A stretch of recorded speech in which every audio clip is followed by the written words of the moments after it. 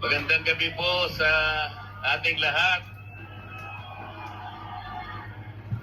Nang una na po ay gusto ko pong magpasalamat sa inyong lahat. Kahapon pa po ay tinitingnan ko na kayo.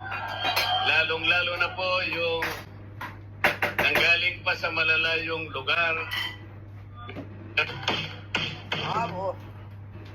Unang-una na nanggaling pa sa malalayong lugar. Meron pa po ako nakitang nasa panig ng katandaan, mga lolo at mga lola.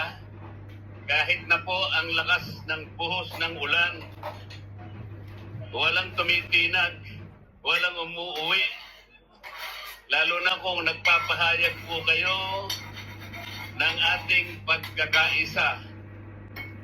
Ang ating hinahanap na katarungan, hinahanap nating katotohanan, transparency, at accountability.